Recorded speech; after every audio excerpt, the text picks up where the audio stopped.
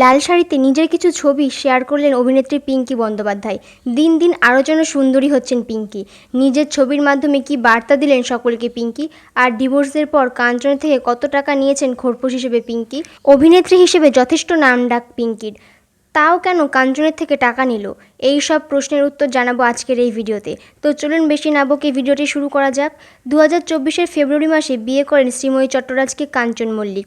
ঠিক তার আগের মাসে জানুয়ারিতে তৃণমূল বিধায়ক ও অভিনেতা কাঞ্চন মল্লিক ডিভোর্স দেন তার দ্বিতীয় স্ত্রী পিঙ্কি বন্দ্যোপাধ্যায়কে। স্বামীর সঙ্গে বিচ্ছেদের পর থেকে নিজেকে একেবারে বদলে ফেলেছেন পিঙ্কি। শুধু চেহারাতেই বদল আসেনি, স্বভাবেও অনেক বদল ঘটেছে।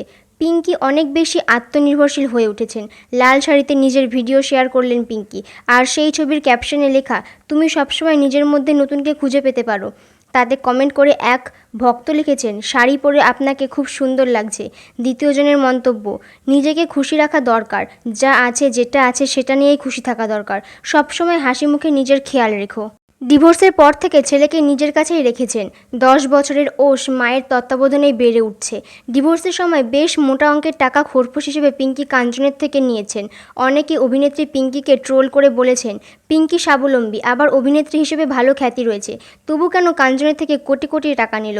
উত্তরে পিঙ্কি জানিয়েছেন, আমি টাকার অঙ্ক কখনোই কোনোদিন লুকোইনি। কেউ কেউ তো এমন বলেছিল আমি নাকি কোটি কোটি টাকা নিয়েছি, তাই মনে হচ্ছিল মিডিয়া বন্ধুদের এইসব কথা জানানো দরকার। কেন নেব না? বিয়ে তো একটা কন্ট্রাক্ট, কেউ সেটি ভাঙলে ক্ষতিপূরণ তো দিতেই হবে। আমি আইনের বিরুদ্ধে গিয়ে কিছু করিনি। ছেলের কাস্টাডিও বাবা চায়নি। ওষ আমার কাছেই আছে আর থাকবে। বর্তমান সময় একটা বাচ্চার স্বাস্থ্য শিক্ষার জন্য মোটা টাকার দরকার হয়। ওকে টাকার এমন অঙ্ক দিতে বলা হয়েছে যেটা উনি দিতে পারবেন। তাছাড়া মাসে মাসে বা বছরে বছরে টাকা আমি চাইছি না, এককালীন 56 লক্ষ টাকা শুধু চাইছি। মনে রাখতে হবে আমি শিল্পী, আজ কাজ আছে, পরের 6 মাস কাজ নাও থাকতে পারে। সন্তানের ভবিষ্যৎ কেন সুনিশ্চিত করব না বলুন তো? বন্ধুরা, আপনাদের কি মনে হয় পিঙ্কির এই টাকা নেওয়ার সিদ্ধান্তটা কি ঠিক? তা কমেন্টে অবশ্যই জানান। আর এরকম ভিডিও পেতে আমাদের চ্যানেলকে সাবস্ক্রাইব করে পাশে থাকবেন।